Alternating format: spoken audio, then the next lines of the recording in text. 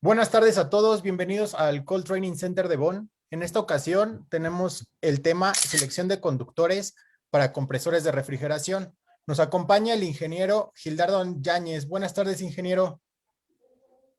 ¿Qué tal? Buenas tardes. Pues sin más preámbulo, comenzamos. Muy bien, muy buenas tardes a todos. Yo me hicieron el favor de presentarme. Mi nombre es Gildardo Yáñez y vamos a platicar el día de hoy sobre un tema, eso es un caso práctico, de cómo se seleccionan los conductores de los compresores. Notarán que a lo largo de la plática,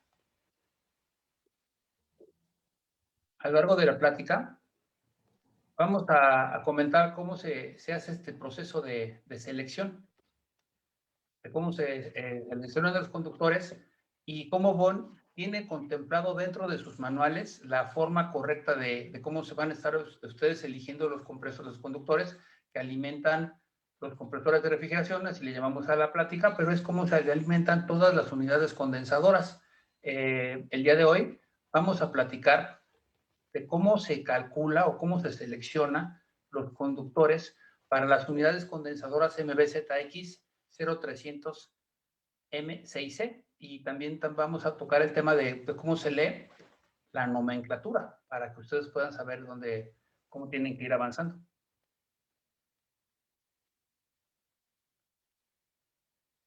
Bien, en los proyectos, en las cámaras de refrigeración, traten de imaginárselos que básicamente son un equipo, es una máquina térmica completa. Y también esa máquina térmica lleva su sistema de refrigeración. Es una máquina térmica que lleva un sistema de refrigeración que se alimenta con energía eléctrica.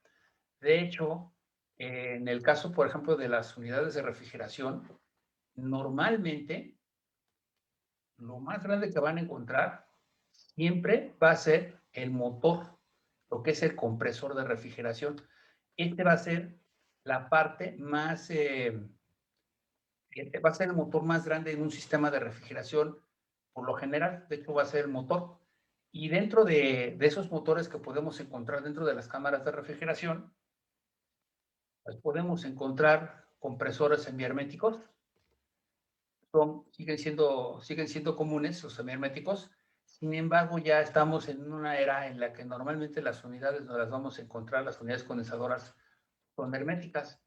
La diferencia que tiene un equipo semihermético, pues es que este puede ser reconstruido cada vez que se daña y bueno, son enfriados por el refrigerante, por el gas que van aspirando por la succión.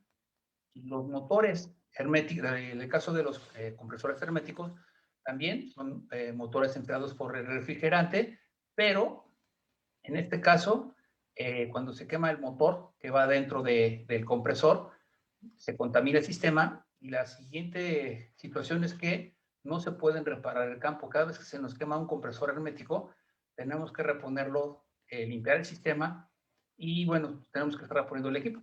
Sin embargo, esta tecnología es muy eficiente. De hecho, van a obtener la mayor cantidad de BTUs por su consumo de energía eléctrica. Son sistemas de compresión muy eficientes. Perdón. Este tipo de tecnología data de 1905 y hasta la década de los 70 es cuando ya se logra desarrollar la tecnología para poder empezarlos a producir. Por ahí es más o menos de cuando se tiene fecha de que ya se podría empezar a trabajar con los compresores de Scroll.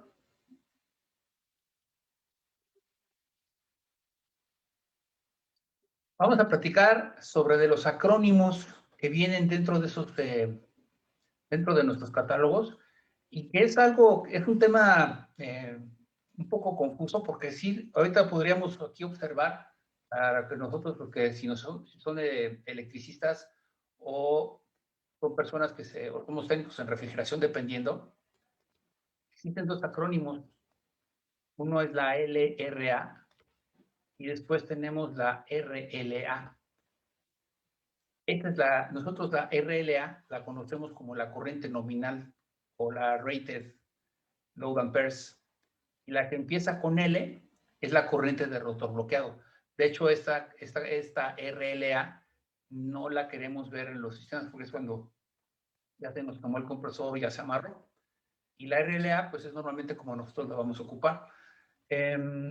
Recuerden a todos, ya se sean si nos están observando de la parte de las instalaciones eléctricas, nosotros, los conductores en este caso, se calculan en base a la RLA y no a los HPs que vienen en los motores, en los compresores, porque nosotros seleccionamos los motores en base a los BTUs y no por los HPs.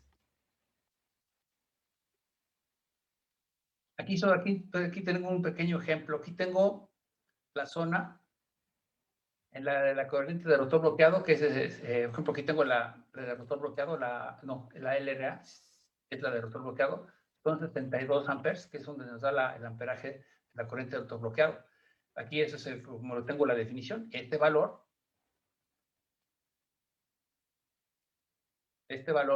puede alcanzar valores de 6 o 7 veces mayores a la corriente nominal del motor, o sea, la que empieza con la letra R. O sea, puede ser de 6 a 7 veces más grande. Entonces hay que tener cuidado con esta situación. Es un brevísimo tiempo y es la corriente que nosotros se llama la corriente de rotor bloqueado. Y la corriente nominal es la que empieza con la RRA. Esta imagen que tengo corresponde a un compresor de tipo semihermético. Ahora, aquí la situación es que la LRA es donde tenemos que poner atención, porque se confunde frecuentemente con la corriente de operación del motor. Ahora, los compresores aquí, también en estos compresores, estas corrientes de placa están normalizadas por que se llama la UL, que son los Laboratorios Unidos de los Estados Unidos. Y de aquí, pues es donde nosotros vamos a trabajar. O sea, de hecho, ahorita vamos a ver que sí se ofrece un valor que tiene que ver con HPs, pero esos no son los HPs que son de HPs eléctricos. Esos no los podemos hacer la conversión, utilizar la fórmula normal para convertir HPs a amperes y nos va a dar el resultado. Nosotros tenemos que partir utilizando la RLA que aquí nos marca nuestra placa de datos que vienen en todos los compresores. Las unidades condensadoras van a encontrar esos dos contactores. Por ejemplo, en el caso del ejemplo de hoy, en el lado izquierdo es un contactor trifásico y aquí dice L1, L2 y L3. Aquí tengo el auxiliar, que este es normalmente abierto. Y también van a encontrar este contactor que es de dos fases. Normalmente cuando la máquina es trifásica, el compresor es trifásico, tiene los contactores con los que vamos a alimentar los motores de condensador. Y de aquí, dependiendo si el compresor es bifásico o trifásico, pues puede ser un contactor bifásico o un contactor trifásico. El código de colores para el circuito de unidad condensadora, este es el que nosotros ocupamos.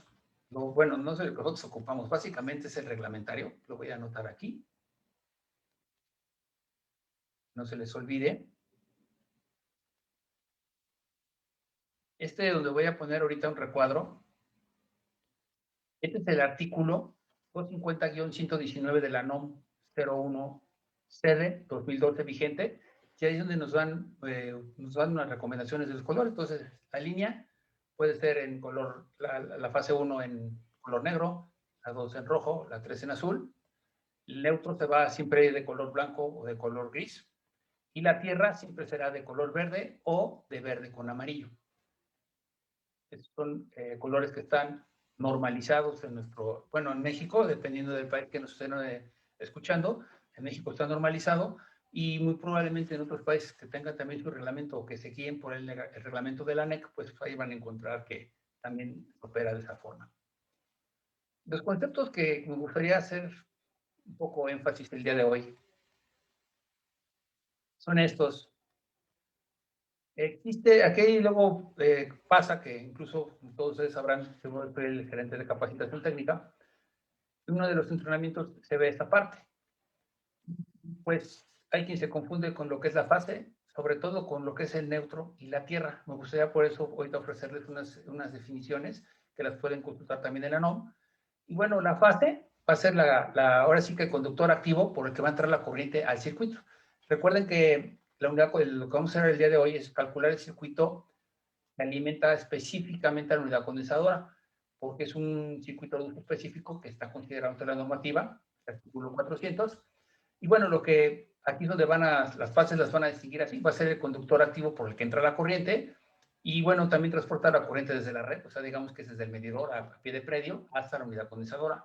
El neutro como tal es un conductor de potencial cero y va a estar transmitiendo la corriente de desbalance y está destinado para estar transportando corriente en condiciones normales. O sea, por aquí vamos a estar transmitiendo o regresando la corriente de desbalance. ¿Cuál? Por ejemplo, el alumbrado que es monofásico de 127, por aquí nos puede estar regresando esa corriente por el neutro. Y el que es un poco controvertido y sé perfectamente bien, es controvertido entender el concepto para los de refrigeración y de igual forma para los eléctricos. Constantemente veo en los foros que nos preguntan que si el neutro es lo mismo y la Tierra es lo mismo y que si conectamos lo mismo no pasa nada. No, sí pasa. La Tierra, fíjense, aquí lo voy a marcar, lo voy a resaltar. Su función es la de proteger. De hecho, todo el mundo cree que las protecciones son para proteger a los equipos y no. Las protecciones son para proteger a los usuarios, a los usuarios de los equipos de refrigeración o a los usuarios, en el caso de nosotros, o a los usuarios de las instalaciones eléctricas. Y aquí en el momento que nos llega a ir una fase a tierra, pues se va a descargar en automático por este cable de tierra. Para eso sirve, es una protección, no es un conductor que nosotros vayamos a estar transportando energía. Es una protección que tenemos que tener. Las debemos de tener en nuestras casas y las debemos de tener también solamente en los sistemas de refrigeración. Ahora, el conductor aprobado va a ser el que siempre esté normalizado. Aquí, por ejemplo, tengo el sello NOM, el sello ANSE. Y del lado izquierdo de mi pantalla, pues nos va a decir el número, por ejemplo, para el calibre 14, dice que este conductor tiene 8 alambres. Vamos a estar ocupando para el ejercicio el cable de 75 grados centígrados. Y aquí nos da otras características, sección transversal del conductor, tipo de aislamiento, la tensión máxima del aislamiento. Todos los símbolos que trae aquí tenemos el THWLS, que es como ejemplo, y el TWHWLS. A ver, ¿se puede añadir de la otra?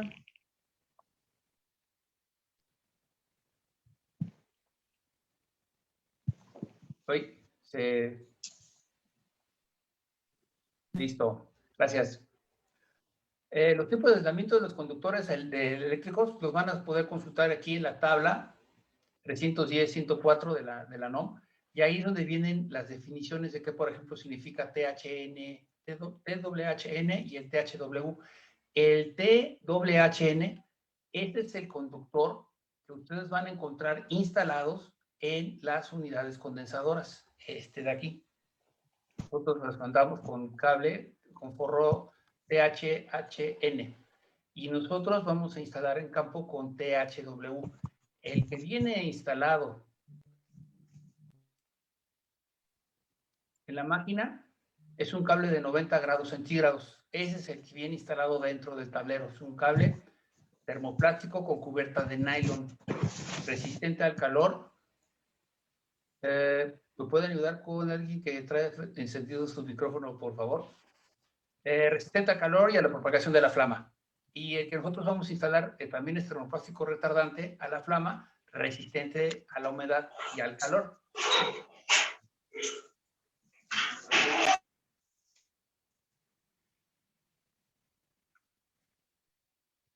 ¿Okay? Temperatura máxima de operación, 90 grados centígrados, y el que nosotros vamos a pedir que con el que vamos a instalar, 75. Aunque nosotros, la NOM les permite instalar con cable de 60 grados centígrados, en nuestro caso les vamos a pedir que por favor todas las instalaciones nos las hagan con el cable de 75 grados, debido a que es muy fácil caer en las condiciones extremas, como todas las unidades de refrigeración, todos sabemos que van en las azoteas. Entonces es muy fácil que si lo hacemos de 60, se nos va a estar degradando muy rápido. Y bueno, aquí los conductores que nos vienen están previstos para lugares secos, y el THW para lugares húmedos también, que es donde van dentro de las cámaras de refrigeración. Tienen su aislamiento, todos con retardante de la flama, que es el que les vamos a pedir, y el recubrimiento externo del que viene con las unidades Bond, pues es de nylon o equivalentes. Son conductores sumamente resistentes para las aplicaciones que nosotros vamos a ocupar en las cámaras de refrigeración. Dentro de la unidad condensadora van a encontrar esta simbología. Y aquí, como verán, tengo en un círculo que son 3, por ejemplo, en este caso, 3 AWG, calibre 10, THN, que es el termoplástico retardante a la flama, resistente a humedad de calor. El AWG es la forma en la que es el American Wire Gauge, que es la referencia que se ocupa para la clasificación de calibres, calibres de metros de metal de concentración circular. Este es el lado del compresor, negro, amarillo y rojo. Y para la unidad, lo que es el condensador, que por ejemplo normalmente se las vamos a enviar con 2 condensadores, y a veces dependiendo si es muy grande, pues quizás 3 motores. Y este ya viene con 14, igual THHN, calibre 12, perdón, 2 conductores, calibre 14. Las terminales en los conductores. Aquí también les vamos a pedir el favor que aquí pongan atención cuando compren sus terminales. No todas las terminales son idénticas. Hay terminales de 65 grados, hay de 75 y de 90. El punto es que si ustedes nos ponen, por ejemplo, un conductor de 75 grados centígrados y nos ponen terminales de 60, el conductor va a quedar limitado. Por ejemplo, aquí tengo un ejemplo que pongo, ¿no? De 90 grados.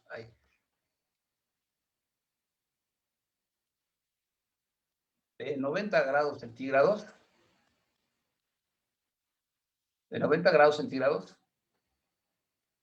WG va a estar limitado a 30 amperes cuando se conecta a un interruptor con terminales de 60 grados centígrados. O sea, no les sugerimos que nos pongan interruptores, por ejemplo, el de uso doméstico, normalmente todos son de 60 grados centígrados. Tendrían que revisar que ese interruptor sea de uso para una instalación eléctrica de estas características, o que vean ustedes en alguna referencia que ese interruptor es de 60, porque si ponen el interruptor de 60 por el 75, pues igual va a estar limitado, van a limitar el conductor, y con el paso del tiempo van a reportar de que la máquina les desgasta muy rápido los interruptores, y tiene que ver todo por las temperaturas que no se respetan. O sea, tiene que ser, si es un cable de 75, necesitamos un interruptor de 75 con terminales de 75 grados centígrados. No está permitido combinarlas. Tampoco está permitido que nos hagan esto. Aquí tengo mi contactor y no le ponen terminales. Aquí igual se rompe esa parte. O sea, tienen que ir con sus terminales para que se pueda mantener la temperatura. Y la otra, que pues, aunque no lo crean, es común, los puentes. Aquí tengo unos pequeños puentes de los que hemos encontrado aquí. Aquí tengo uno. Y aquí tengo otro puente. Los fusibles están puenteados con cables para que pueda trabajar la unidad de refrigeración.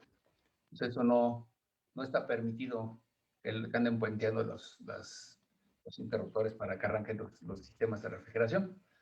Ahora, ¿cómo vamos a ir determinando cómo vamos a ir armando nuestro circuito? Aquí tengo mi ejemplo. Es una unidad condensadora MVE. Significa que es una unidad condensadora Bond hecha en México. Tengo mi compresor scroll. La X significa que es exterior, con el condensador tiro aéreo horizontal. De aquí viene un número 0300. Potencia nominal en HPs son 3 HPs, pero estos HPs, les repito que no son de tipo eléctrico, son HPs de fuerza. Les explico brevemente qué significa eso. Y bueno, tenemos nuestro rango de aplicación, media temperatura y de alta temperatura. Este es para media y para alta, refrigerante para 404A. Y dependiendo de donde nos estén viendo, es muy común en América Latina ocupar el R507 o el R507A. Y acuérdense que pues, estos gases ya están en proceso de que para el 2024 todos vamos a empezar a reducir su uso por motivo de lo que se conoce en el Kigali o la actualización del protocolo de Montreal. Y la letra C, que nos da el voltaje desde 208 hasta 230 a 3 fases con una frecuencia de 60 Hz.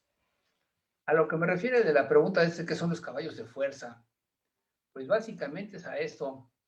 Cuando James Watt presentó su máquina, así tal cual, en 1769, No se entendía bien qué tan poderosa era esa cuesta potente era. Y para explicarlo se inventó una medida en ese tiempo que pues era la medida que había más familiar para todos, ¿no? Los caballos. Y así es como le llamaron el caballo de fuerza.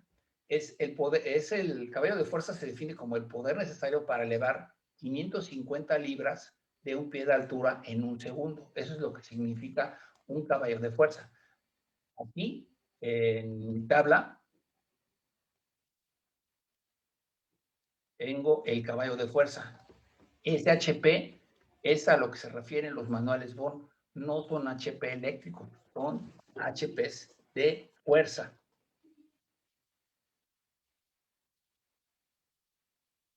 Ahora, otra característica, en la sección 100, un dato, en la sección 110-4 de la NOM, dice bien claro que la tensión nominal de un equipo no debe de ser menor a la tensión real del circuito a la que está conectado.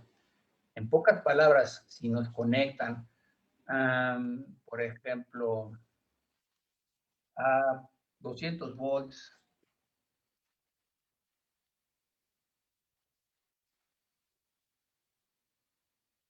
no va a funcionar el equipo, porque mi voltaje nominal es de 208, ese es el mínimo. No va a funcionar el equipo. Eso es muy relevante porque en muchas partes existe la caída de tensión o luego quedan, bueno, y también se presenta esa caída de tensión porque está muy lejos la unidad condensadora del poste y ya si no llegan 208 no va a funcionar. De hecho, es algo que también es un criterio que está normado dentro de todos los reglamentos. Pueden checar en la sección 110-4, esa norma es gratuita, se puede descargar en cualquier momento. Y a eso es a lo que se refiere. Entonces, lo mínimo que va a funcionar en nuestros equipos es a un voltaje de 208, máximo de 230. Dentro de los componentes, pues aquí donde ya tenemos nuestro tablero, aquí están mi cable rojo, negro, rojo y azul.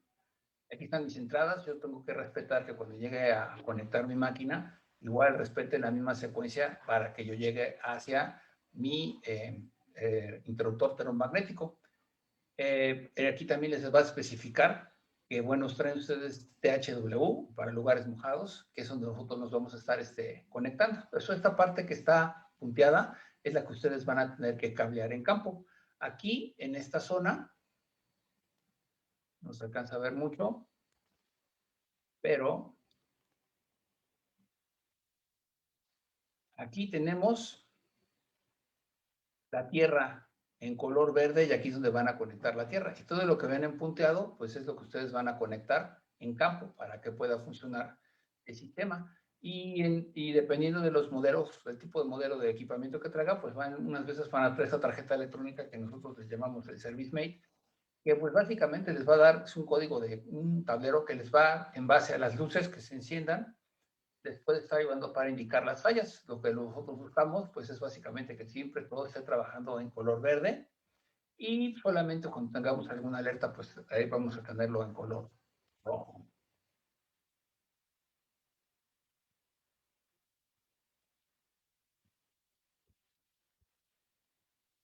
Los conductores de cobre o de aluminio es una pregunta que luego nos hacen. Pues bueno, para el caso de los equipos de la instalación eléctrica, a título personal yo les podría decir que siempre se hacen, todo se calcula para hacerlo en cobre.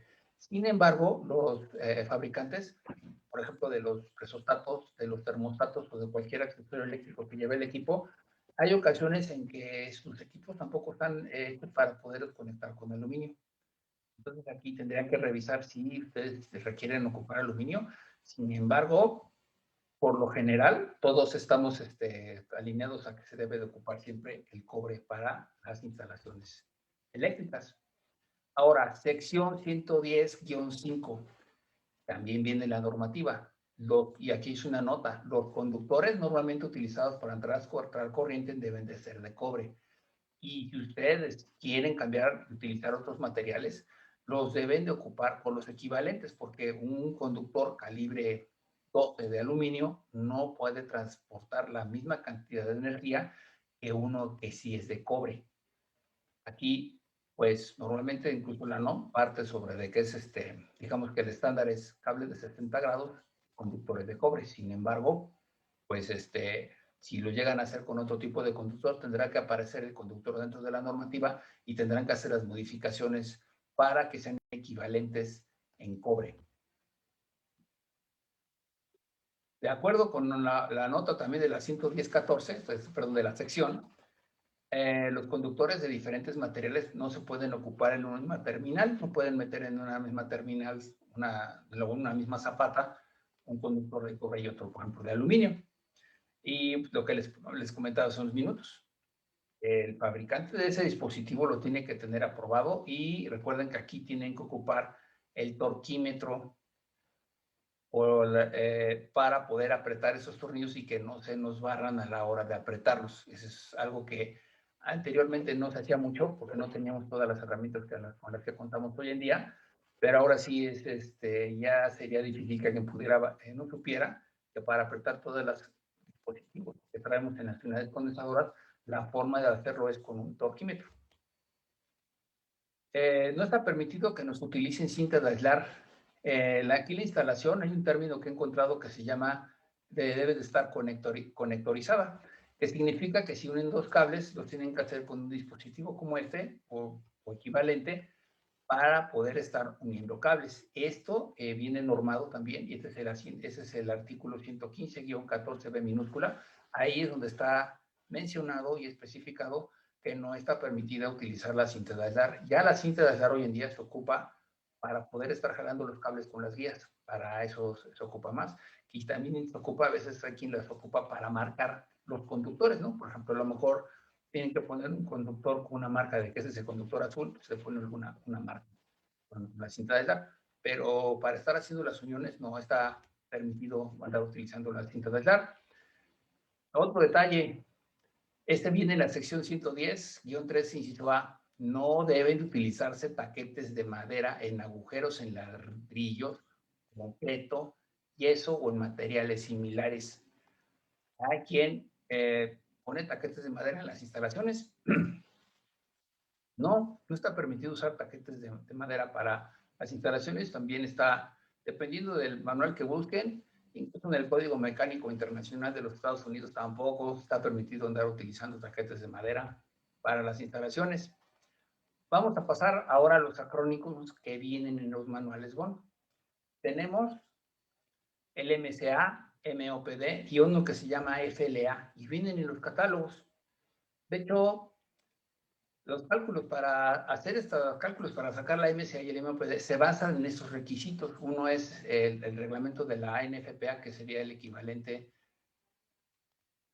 Aquí está, el NFPA 70, que es el Código Internacional de los Estados Unidos, y este es el canadiense, Código Eléctrico Canadiense, es el CSA C22.1. El MSA es el tamaño mínimo de cable necesario para garantizar que el cableado no se va a estar sobrecalentando en todas las condiciones de funcionamiento durante la vida útil de la unidad condensadora. Tamaño mínimo del cable. Y el MOPD es el tamaño máximo permitido del interruptor termomagnético.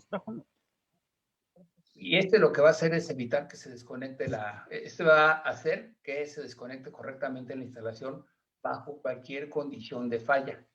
Este es el MOPD.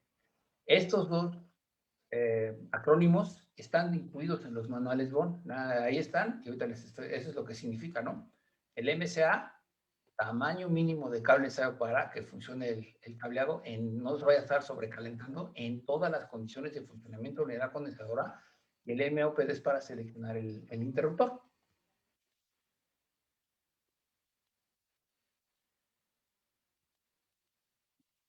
No me deja avanzar.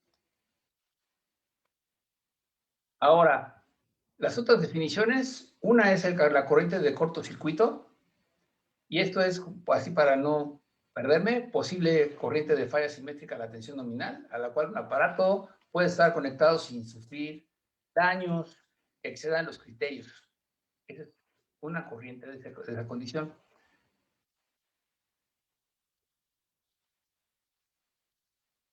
Esa es la corriente de cortocircuito. La de sobrecarga, eso es cuando vamos a hacer que trabaje por encima de su capacidad normal a plena carga. Eso es una sobrecarga. Y la sobrecorriente es cuando se supere la corriente nominal de los equipos o la ampacidad del conductor. Eso es una sobrecorriente. Son definiciones que pueden ustedes consultar en la NOM. Aquí tenemos los datos. Tenemos el MCA, el RLA, el FLA. Y bueno, aquí estamos con nuestro ejemplo de la MBZX0300M6C.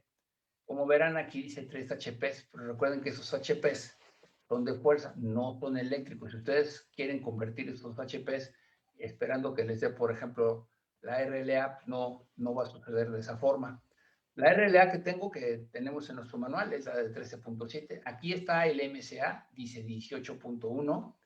Y aquí dice que tenemos dos ventiladores de 0.5 amperes. Estos son los ventiladores de condensador. El MCA que tengo aquí significa es el amperaje mínimo del circuito. El amperaje mínimo del circuito, 18.1. Eso es lo que quiere decir. Aquí lo que vamos a hacer es convertirlo. Vamos a tomar la RLA del compresor, que ya vimos que es el 13.7, lo multiplicamos por 1.25 y le sumamos a corrientes de los ventiladores, no a 18.3. Y con este valor, que lo traemos también indicado, puede estar indicado en los catálogos, determinamos el calibre del conductor, y aquí es conductor eléctrico y dice inmediato superior para alimentar el equipo. Aquí vamos a elegir uno que sea la capacidad comercial que sea mayor de 18.3.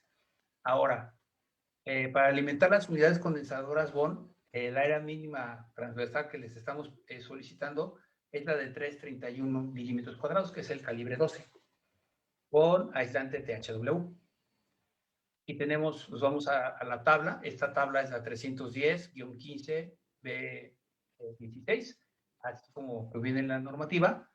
Y aquí escogemos cuál es la temperatura nominal del conductor 75, y nos salió uno de 18.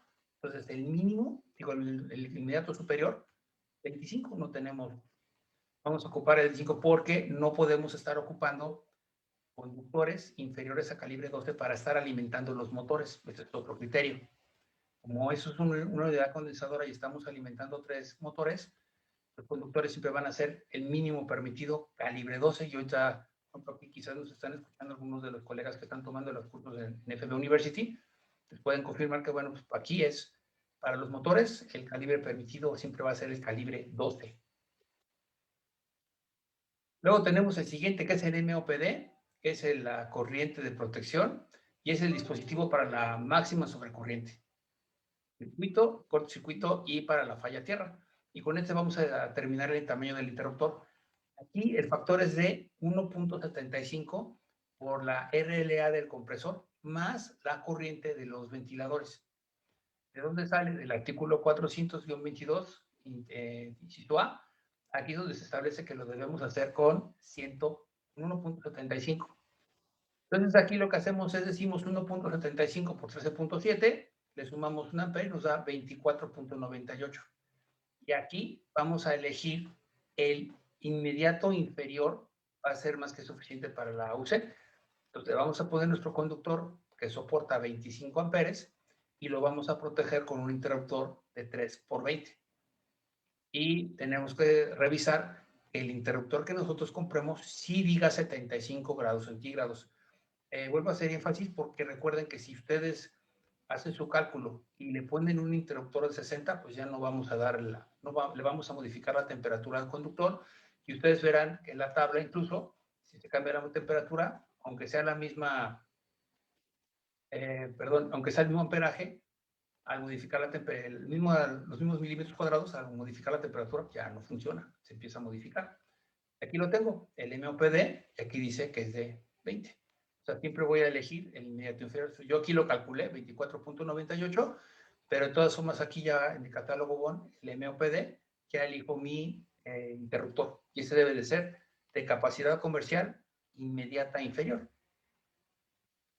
Ahora, para la corriente de nominal de la unidad condensadora, sería esta, 14.7, pues básicamente nada más aquí se suma la corriente del motor sin ningún factor de protección, ya nos da 14.7.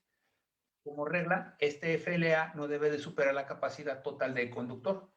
Dijimos que el calibre 12 nos soporta 25 amperes.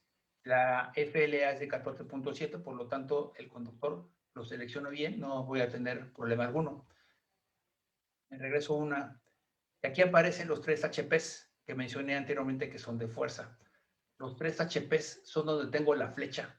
Aquí son los 3 HPs, aquí se colocan los espirales, el espiral giratorio, para que se haga el esfuerzo de compresión. Es en este punto, no son HPs eléctricos. Recuerden que nosotros los seleccionamos en base a los BTUs y la manera de seleccionar los cables es con la RLA y con los otros valores que hemos estado platicando en estos momentos. De aquí nosotros tenemos 3 formas de conectarnos, con fusibles, sin fusibles o con breaker, ¿no?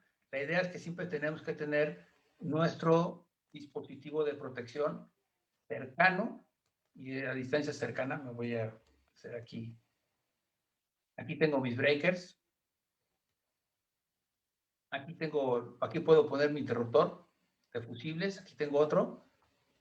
Sin embargo, siempre debo de tener un medio de desconexión visible, a distancia visible, donde tenga mi unidad condensadora para evitar accidentes, para que yo pueda subir, y por ejemplo yo le quiera dar mantenimiento a la unidad condensadora, bajo mi interruptor, candadeo, y entonces ya puedo trabajar. De lo contrario, como acuérdense que son equipos automáticos, pues se puede encender en cualquier instante y puede haber algún accidente. Y créanme, sí pasa. De hecho, si llega a pasar que se les empieza a dar mantenimiento, puede ser una persona inexperta o simplemente alguien que se le olvida que aunque tenga mucha experiencia, se empieza uno a confiar y en verdad son los accidentes de que de repente se encienden los equipos y teóricamente no tenía que haber arrancado, pero sí se llegan a encender, porque son equipos automáticos. Esta ubicación del equipo de desconexión nos dice que lo tenemos que tener a la vista y de acuerdo a las definiciones que vienen en la normativa, pues dice, significa que un equipo debe estar visible desde el otro equipo. Y bueno, la distancia que debemos andar teniendo son de como aproximadamente 7.5 metros, o sea, no debo de estar muy alejado para que yo pueda apagar bajar mi interruptor, candadear y poder intervenir mis sistemas de refrigeración. Ese es el medio de desconexión. Pero puede estar su centro de carga, por ejemplo, en la parte de abajo, pero ustedes necesitan un medio de desconexión para poder desconectar y poder darle mantenimiento a los equipos. Parte de eso es el reglamento. Ahora, se debe de conectar la tierra física al centro de carga de la instalación eléctrica de la cámara de refrigeración. Algo que debería de pasar es que nosotros a donde fuéramos debería de haber las conexiones a tierra, pero no es así. De hecho, en muchos países, hablo por lo menos en México, no es común que se instale esa tierra. Ya se empiezan a instalar, pero se van a encontrar muchos lugares donde no existen las conexiones a tierra. Y esto no es como ya platicamos hace unos minutos, no es lo mismo. La tierra que nosotros vemos en las calles, donde están los medidores hoy en día, pues esa tierra es para estabilizar el neutro del transformador afuera. Y la tierra física que va dentro del predio es para descargar, para proteger a las personas. Esa es una protección que nosotros le tenemos que colocar. O sea, el neutro y la tierra no son lo mismo. El neutro afuera sirve para estabilizar la conexión del neutro del transformador. Y el que yo tengo en el interior es para evitar, es la protección. Ahora, ¿de dónde viene esto? Artículo 250-26, y ahí les especifica cuál es el conductor que debe de ser aterrizado. Entonces, que quede claro que el neutro aterrizado no es lo mismo que la tierra física, son diferentes. Este conductor de puesta a tierra tiene la función de dar la seguridad. Y aquí cualquier situación, pues va a estar capturando esas corrientes de falla por ese conductor y va a evitar que, por ejemplo, de repente se zafe un cable de fase y toque la lámina, en vez de que una descarga una persona, en ese instante se desconecta. Ustedes lo pueden encontrar aquí en el título 5, en el capítulo 1, donde están las definiciones. Ahora, dentro de esas definiciones, en la sección 200-2B, aquí está la definición de que es la continuidad de un conductor de puesta a tierra, no debe de depender de una conexión a una envolvente metálica, a una conexión o a un cable armado. Aquí sí necesitamos ese cable ya desde el centro de carga hasta, aislado hasta la unidad condensadora al tornillo que les indicamos ahí para que esté aterrizado. Aquí, en mi opinión personal, un sistema de tierra se compone pues, así de como de 4 elementos. Tenemos el electrodo, los conductores de puesta a tierra, que son los que vamos a estar enviando al evaporador, a la unidad condensadora, al alumbrado, la barra de puesta a tierra y el terreno, porque básicamente la que nos va a dar las lecturas de la resistencia son el terreno, la tierra como tal, o el planeta. Esta es una conexión típica de un electrodo tipo varilla. Se entierra y lo van a conectar. Como verán, no es con cinta Tesla. Aquí ocupamos unos conectores para ese fin. ¿Cómo los vamos a estar enterrando? Por ejemplo, tenemos 3 formas permitidas en nuestra norma, la 250, artículo 250, 52, inciso 5, inciso B. El primero de ellos, la enterramos, la varilla debe de tener una longitud mínima enterrada de 2.44 metros de 8 pies. Ese es el primero a topar junto con las piedras. Tenemos que hacer esta perforación, pero debe estar enterrada a esa distancia. La siguiente, si nos topamos con un fondo rocoso, tendríamos que inclinarla y máximo en un ángulo de 45 grados para que la podamos enterrar. Y cuando es muy complicado, en ocasiones lo que se tiene que hacer es, se acuesta la varilla, se hace una trinchera, se acuesta y entonces la enterramos casi 75 centímetros o 30 pulgadas y la enterramos. Y de ahí ya subimos con nuestro cable. Son las 3 formas que tenemos permitido para hacer nuestra varilla de tierra. Ahora, la longitud, pues ya saben, 2.44, el electrodo de no menos de 1.5 no está permitido. Este puede poner la forma inclinada, que no menos de 45 grados, y si no, pues tienen que hacer una excavación. ¿Cuáles son los valores que deben de obtener? Para las que nosotros necesitamos, tener un valor no mayor a 10 ohms para la resistencia de la red. Esto es parte de la NOM 022 STPS. Tenemos una normativa y este es el objetivo de drenar a tierra las corrientes generadas por las cargas eléctricas estáticas. La de arriba es de 0.25, pero está opcional para rayos. Y cuando estamos protegiendo equipo eléctrico, que es lo que estamos haciendo aquí, no protegiendo equipo eléctrico, estamos protegiendo personas, no mayor a 10 ohms. Ahora, aquí se ocupa se llaman terrómetros. Estos son ingenieros que son certificados, unidades verificadoras, ahora son unidades de inspección, que pueden certificar que las tierras están correctas. Pues ellos traen su terrómetro y hacen sus pruebas y tienen que tener esas lecturas, no mayor a 10 ohms. Ahora, los conductores, el tamaño mínimo de los conductores de puesta a tierra para los canciones y los equipos, los seleccionamos de esta forma. Nuestro interruptor nos salió de 20 amperes. Pues me voy a esta tabla, a la tabla 250-122, también de la NOM, y dice que la voy a tener que proteger con un cable calibre 12. Entonces voy a poner 4 conductores calibre 12 para unidad condensadora, 3 va a ser para la fase 1, la fase 2 y la fase 3, y el cuarto cable en calibre 12. El conductor de tierra les vamos a pedir de favor que no necesitemos aislado y debe de estar para que cuando tengamos esa liberación de energía por una falla de fase tierra o una descarga, se pueda canalizar la mayor cantidad de energía a través de ese conductor y nos ayude a disparar ese elemento, ese breaker que ya nosotros calculamos o que seleccionamos. Para la tubería de unidad condensadora no está permitido, que dijimos, combinar cableados. No podemos estar utilizando el tablero de la unidad condensadora como registro. Tenemos que hacer con tubería conduit.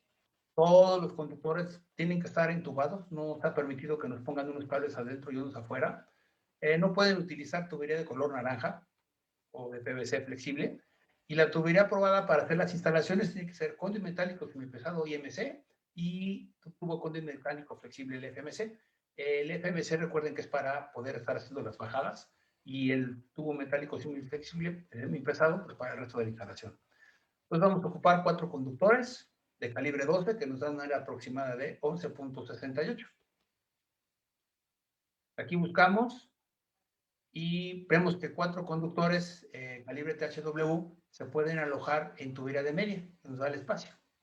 Entonces tenemos 89 milímetros de espacio disponibles y bueno, ponemos cuando no sé lo aquí, son 11, bueno, 89 tenemos espacio para poderlos agrupar. Y también podemos, y la bajada, o sea, una parte va a ir en sólido, en IMC, y la bajada, pues la vamos a hacer en flexible. No está permitido que hagan instalaciones todas en flexible. Lo más que pueden estar haciendo sus bajadas en flexible son de 1.8 metros. Eso no está permitido, más que 1.8 metros. Entonces nos va a quedar nuestro tubo cóndil metálico flexible, el FMC, puede ser de media, y también nos va a funcionar para meter 4 conductores, calibre THW. Recuerden que 3 van a ser para fase y 1 es para tierra. No es neutro, no para tierra. Y bueno, ya para terminar, tenemos los elementos del circuito. Cerrada primera condensadora, la MBZX0306M6C.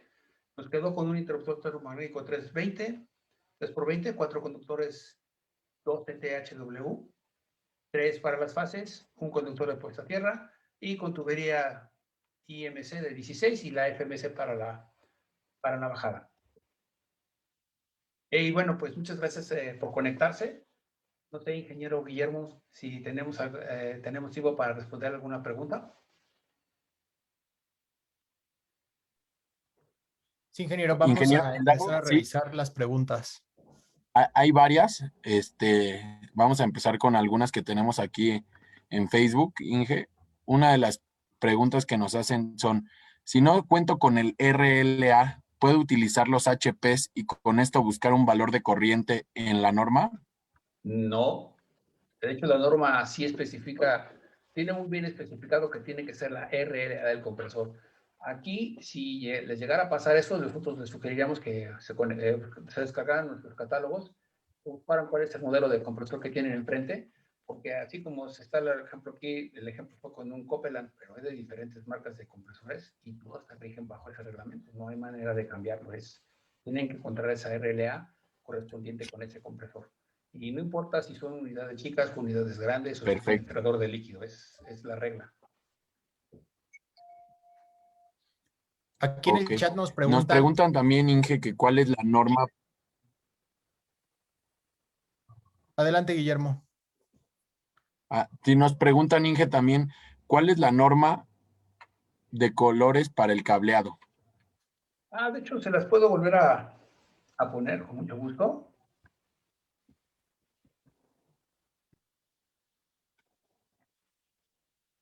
Ay, se bajó la presentación. Ay, perdón.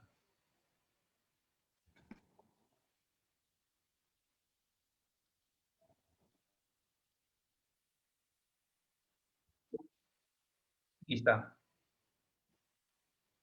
Listo. Para las líneas o las corrientes, 1 en negro, 2 en rojo, 3 en azul. Los neutros pueden ser gris o blanco y la tierra puede ser verde o verde con amarillo. Y está normado en el artículo 250 y 119.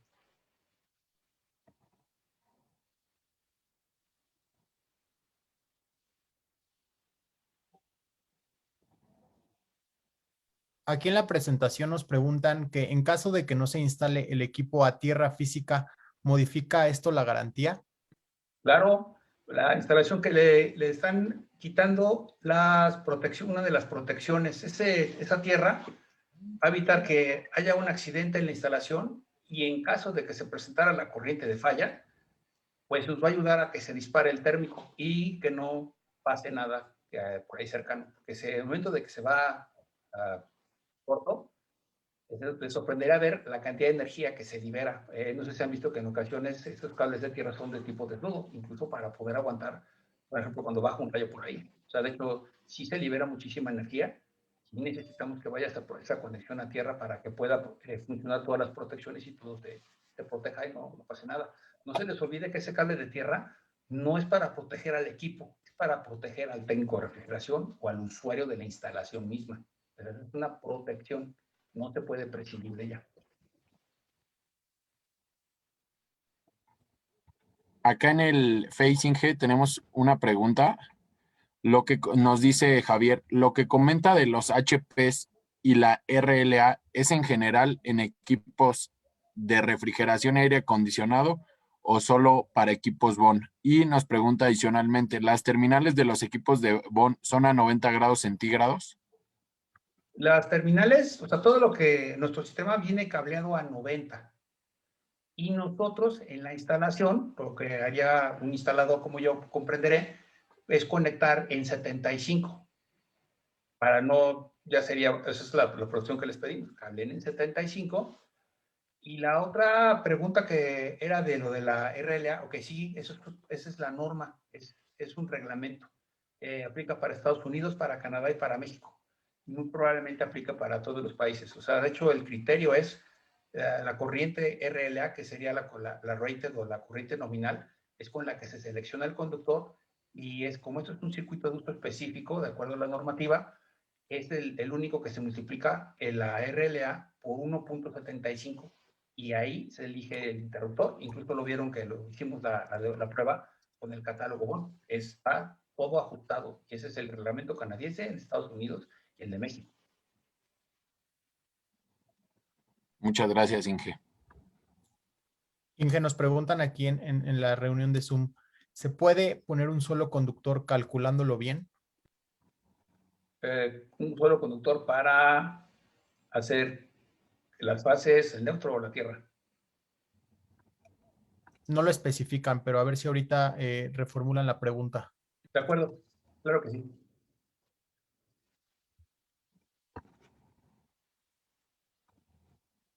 Por otra parte, Perfecto. nos preguntan que si el consumo de corriente de los motores ventiladores que aparece en la tabla es por cada motor o por todos los motores que incluye el equipo. No es por cada motor. De hecho, se especifica cuánto consume cada motor. Aquí hay unos catálogos, por ejemplo, el catálogo de los DME, sí trae la corriente total, no le especifican, pero si vemos, por ejemplo, el de los BMA, ahí sí nos dice que es un motor, nos da el amperaje por motor, y en los que son electrónicos nos da el amperaje total. Solamente hay que estar, leer las letras pequeñas donde nos dice si es el total o es por motor. Excelente, Inge.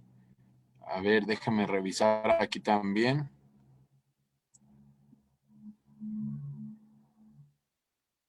Bueno, aquí Rafael nos pregunta si la presentación puede ser compartida. La presentación para todos se queda grabada aquí en el Facebook, entonces en nuestras redes sociales, y también se sube a nuestra página. Entonces recuerden que esto pues, lo pueden seguir viendo y utilizar como material didáctico las veces que sea. Igual para la gente que no nos está viendo en vivo, lo pueden revisar y agregar las preguntas que ustedes tengan, y el ingeniero Gildardo nos va a ir a hacer favor de irlas respondiendo poco a poco. Inge Gil, una de las preguntas que nos hacen es: ¿por qué colocar un conductor aislado para la puesta a tierra? Porque se ha demostrado que cuando se libera esa energía, si lo traemos aislado dentro de la misma canalización, podemos atrapar casi el 100% de esa liberación instantánea, haciendo la instalación segura. Sí se va a calentar el cable, pero el mismo breaker se va a encargar de tenerlo, y se protege el sistema. De hecho, no se va a quemar nada, no se van a quemar cables, no se va a lastimar ninguna persona. O sea, acuérdense que este reglamento es para proteger a las personas. Entonces, esto es una protección que tenemos que tener ahí. Recuérdense que no estamos protegiendo al equipo, que estamos protegiendo a las personas que utilizan la instalación, y que pueden ser nosotros, podemos ser nosotros el técnico de refrigeración, nos podemos dar una descarga ahí. Entonces, sí es muy importante ese cable de tierra.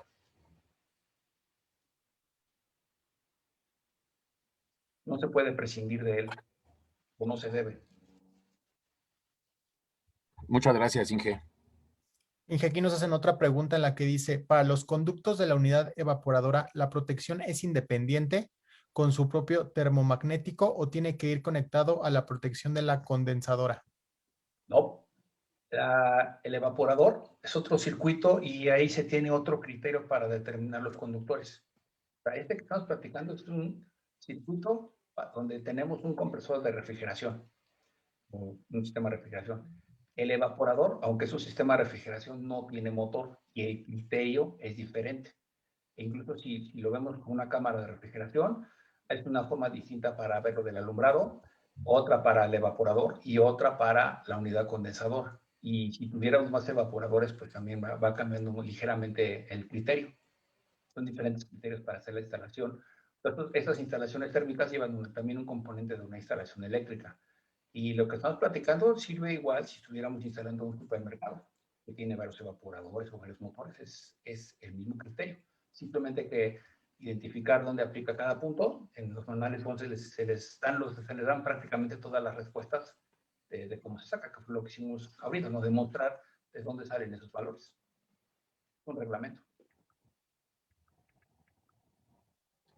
Perfecto, Inge. Déjeme revisar aquí también en las redes sociales. Nos comentan aquí, buenas tardes, soy Jair Hernández de Servicio Técnico. En estos sistemas podemos hacer el cálculo de las deltas en primer lugar y después todos los cálculos de calibre, Inge.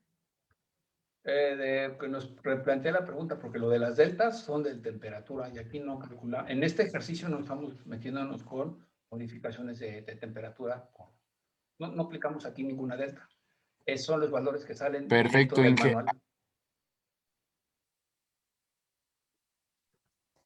Inge, también nos preguntan que cómo calculan los amperes de Inge, un aquí RLA nos 200. preguntan algo, también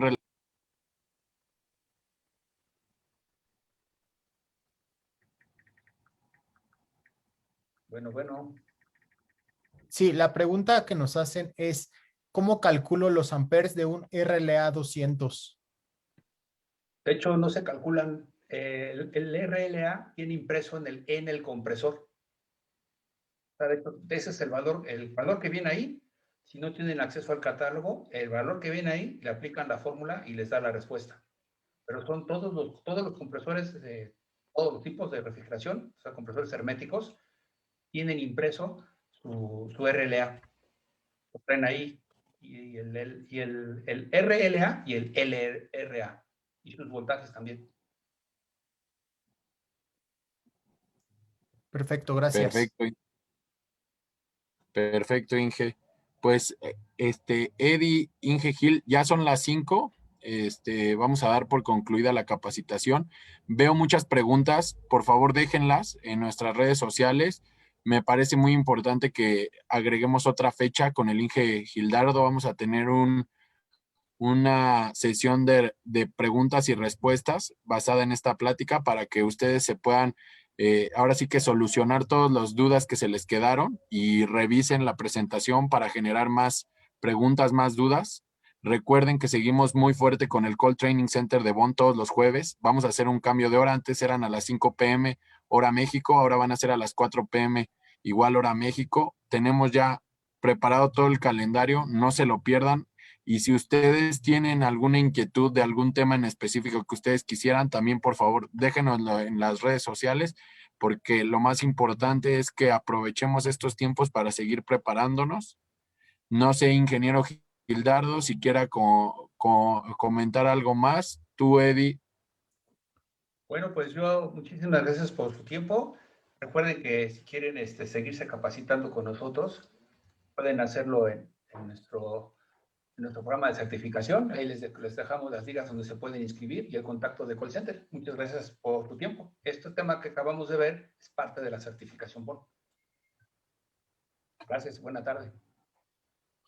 Bien, pues les agradezco mucho en nombre del ingeniero Guillermo y el del ingeniero Gildardo su participación en este webinar.